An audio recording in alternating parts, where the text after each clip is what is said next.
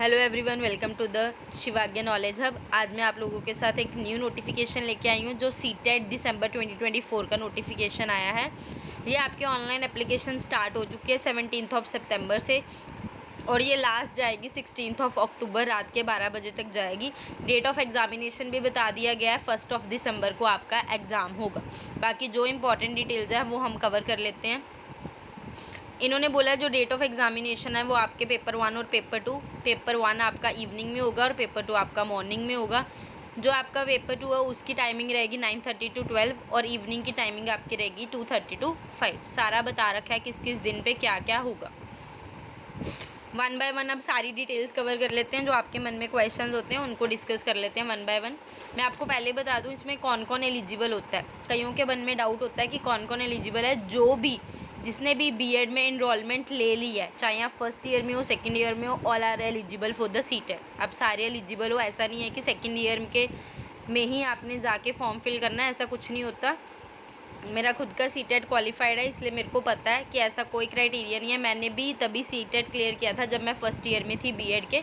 तो अगर आप फर्स्ट ईयर में भी हो तब भी आप इजीली अपना सीटेट का फॉर्म भर सकते हो, क्योंकि सीटेट की अब जो वैलिडिटी है वो लाइफ टाइम की वैलिडिटी है।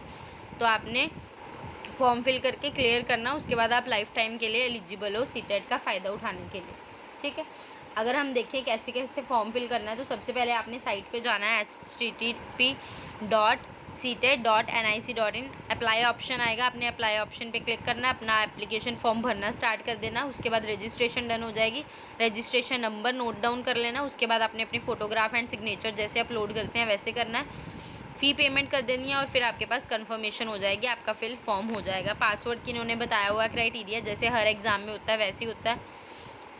स्कैनिंग बता रखी है, कौन कितने साइज़ की फ़ोटोग्राफ होनी चाहिए, सिग्नेचर होना चाहिए, वो आप देख लेना। डिटेल्ड नोटिफिकेशन आपको डिस्क्रिप्शन बॉक्स में लिंक मिल जाएगा।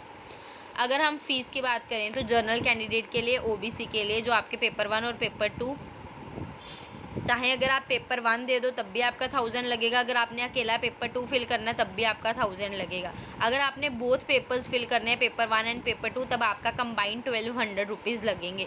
SC ST और डिसेबल्ड के लिए अगर पेपर 1 और पेपर 2 सेपरेट, अगर आप सिर्फ पेपर 1 फिल करना चाहते हो तो 500 लगेंगे, सिर्फ पेपर 2 फिल करना चाहते हो तो 500 लगेंगे। यहीं अगर आप दोनों पेपर्स फिल करना चाहते हो तो आपके 600 रुपीज़ लगेंगे। GST एज एप्लीकेबल जैसे भी होगा वो आपको कंफर्म मिल जाएगा। उसके बाद आप अपना एप्लीकेशन स्टेटस देख सकते हो कि आपका एप्लीकेशन स्टेटस डन है या नहीं।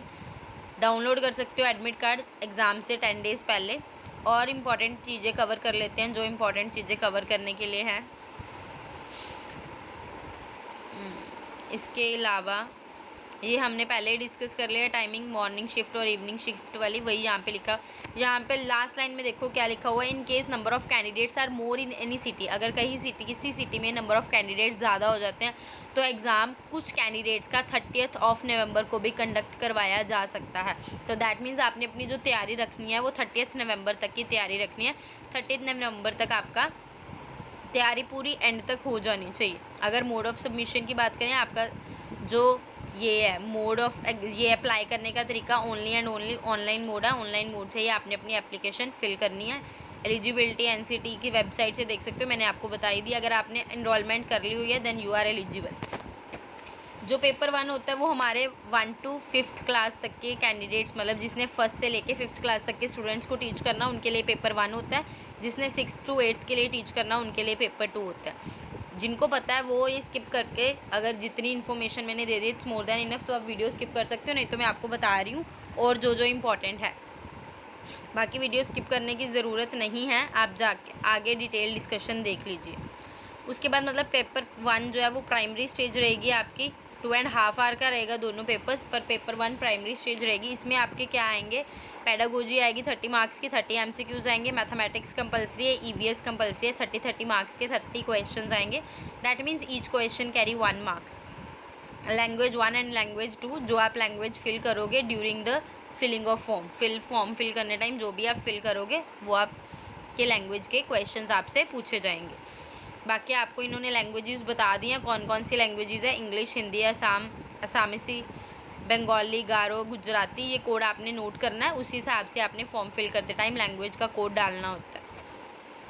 अगर हम देखें 6 to 8 मतलब जो एलिमेंट्री स्टेज है उनमें जो सिलेबस है चाइल्ड डेवलपमेंट एंड पेडागोजी वही 30 मार्क्स की।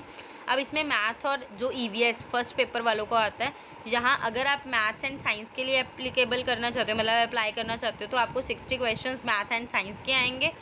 और अगर आप एसएसटी के लिए अप्लाई करना चाहते हो तो कंबाइंड 60 क्वेश्चन आपके एसएसटी के आएंगे। बाकी लैंग्वेजेस 1 और लैंग्वेजेस 2 वही सेम जो ऊपर प्रोसीजर था। जो आपने लैंग्वेज फिल करनी है वो आप फिल कर सकते हो फॉर्म फिल करने टाइम।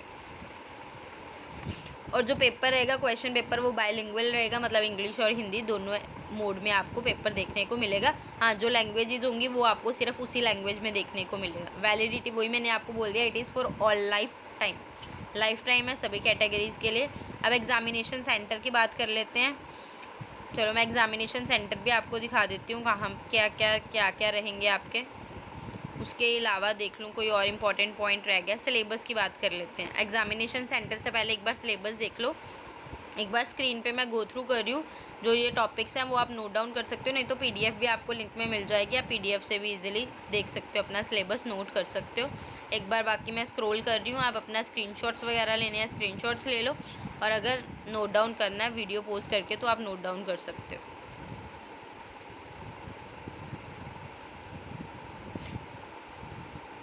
देखो लैंग्वेज में जो आप लोगे उसी हिसाब से आपके 2 पैसेजेस आते होते हैं, एक आपका कंप्लीट पैसेज आता है और एक आपका पोइम में से आता है उसी लैंग्वेज के। बाकी पेडागोजी के क्वेश्चन है। बाकी अगर आपको कोई भी हेल्प चाहिए हो या कोई डाउट हो, आप अपना कमेंट सेक्शन में अपना डाउट पूछ सकते हो। I will definitely answer your question, क्योंकि ताकि आपको प्रॉब्लम ना हो। ये 6 to 8 वालों के लिए सिलेबस है, जिन्होंने 6 to 8 पेडागोजी सबके लिए सेम है, तो सारा सेम सिलेबस ही होता है। मेन जो आते हैं वो आपके मैथ्स एंड साइंस, जिसने एसएसटी करना है वो मतलब वो टॉपिक सिर्फ चेंज होते हैं, बाकी सारा कुछ वही है। साइंस में आपके सारे वही फूड मटेरियल्स फिनोमिना ये सारे आ जाते हैं। हिस्ट्री आ गई, ज्योग्राफी आ गई, इकोनॉमिक्स आ गई, सोशल लाइफ सिविक्स आ गई इसमें आपकी। लैंग्वेज वही जैसे मैंने आपको बोला है 15 मार्क्स के 2 पैराग्राफ्स आएंगे और 15 मार्क्स के आपके लैंग्वेज में पेडागोजी आ जाती होती है। ठीक है, वही बुकलेट का सिस्टम आपने पहले एग्ज़ाम से पहले जैसे हर एग्ज़ाम में होता है, ये आपको एट अ टाइम भी मिल जाएगा, या जब आप एडमिट कार्ड डाउनलोड करोगे तब भी आपके पास आ जाएगा। अब हम एग्ज़ामिनेशन सेंटर्स की बात कर लेते हैं। ये देखो एग्ज़ामिनेशन सेंटर्स इनवैलिड, ये चीज़ ध्यान रखना कौन सा वैलिड होता है कौन सा इनवैलिड होता है। या आप इतने छोटे बच्चे नहीं हो कि आपको नहीं पता होगा, आई होप सभी को ये चीज़ें क्लियर होंगी।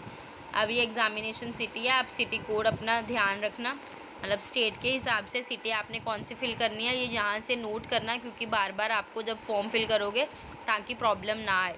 जैसे अगर गुजरात में देखें तो अगर अहमदाबाद में फिल करना है आपने तो 138 कोड रहेगा आपका, राजकोट में करना है तो 139 रहेगा, सूरत में करना है तो 140 रहेगा।